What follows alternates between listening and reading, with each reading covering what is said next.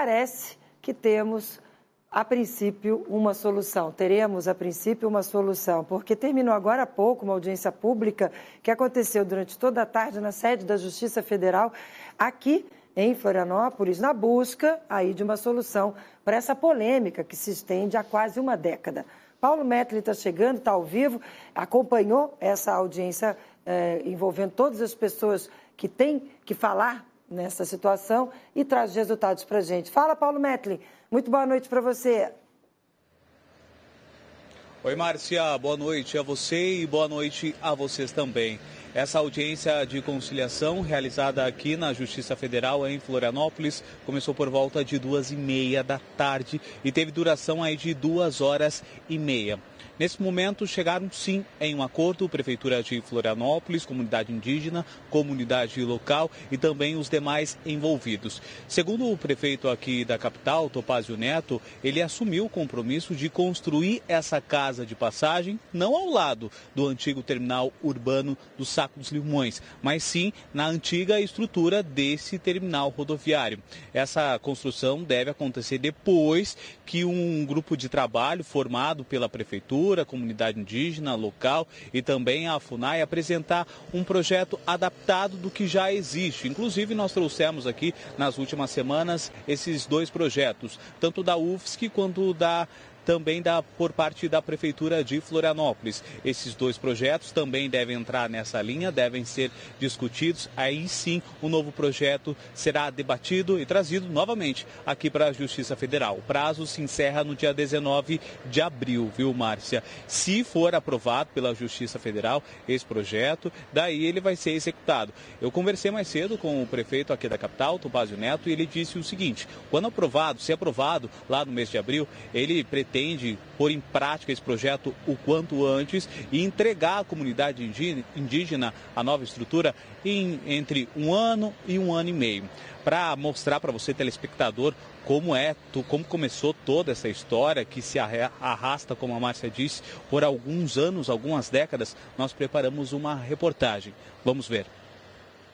Em janeiro de 2017, o Tribunal Regional Federal da 4ª Região determinou que os indígenas ficassem alojados no terminal desativado do Saco dos Limões, isso após recursos da FUNAI e da Advocacia Geral da União.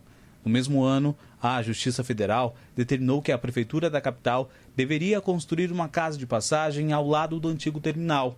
No ano seguinte, um termo de ajustamento de conduta entre Prefeitura, Ministério Público Federal e União determinou a construção da estrutura com recursos do município.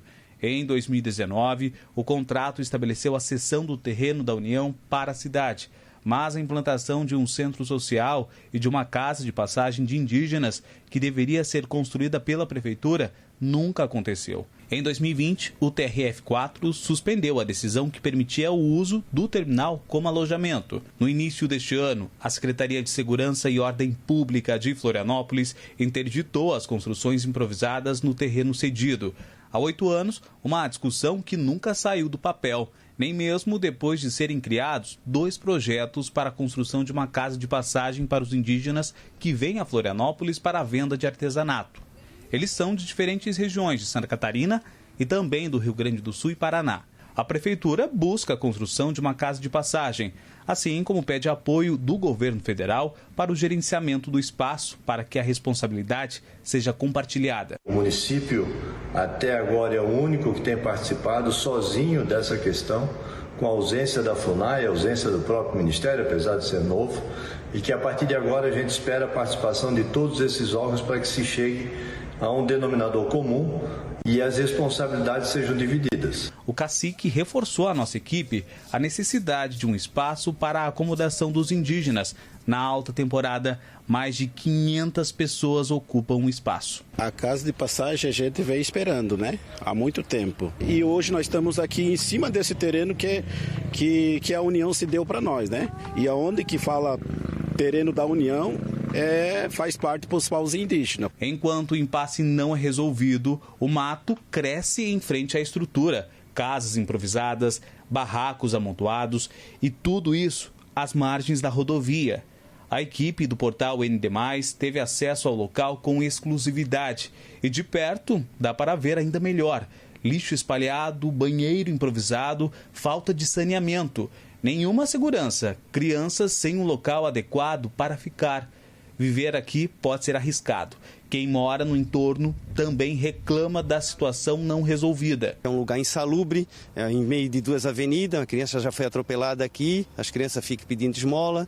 Então é uma situação bem grave e um problema muito sério, né? Eles usam qualquer lugar como banheiro, tem um problema da dengue, que ali tem muito lixo, entende? A cultura deles é uma cultura diferente da nossa, eles não têm culpa. Os órgãos públicos ficam se omitindo, dizem que vão fazer e nunca fazem.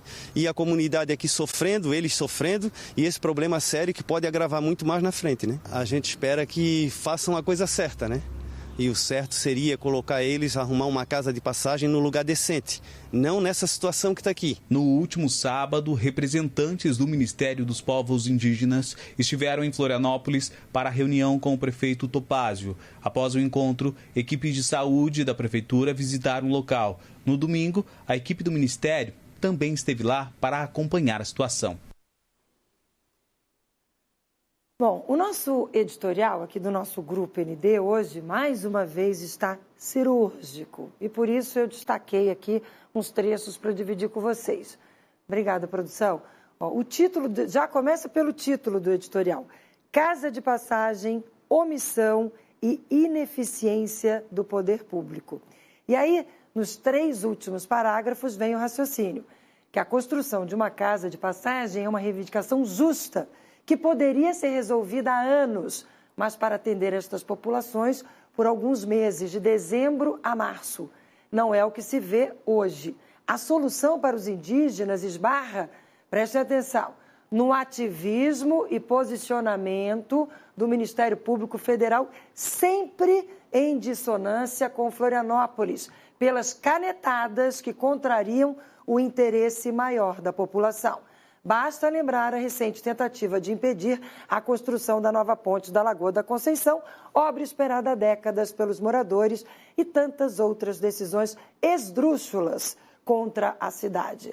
Aí tem mais um parágrafo. Produção, por favor. Obrigada. Manter a casa de passagem no terminal ou autorizar barracos nos terrenos da União no seu entorno, como prevê nota do Ministério dos Povos Indígenas, praticamente autorizando a invasão, é uma irresponsabilidade que vai custar caro para Florianópolis. É hora do diálogo, da conciliação, do entendimento. E para fechar, último parágrafo, há 8 anos os indígenas aguardam uma solução.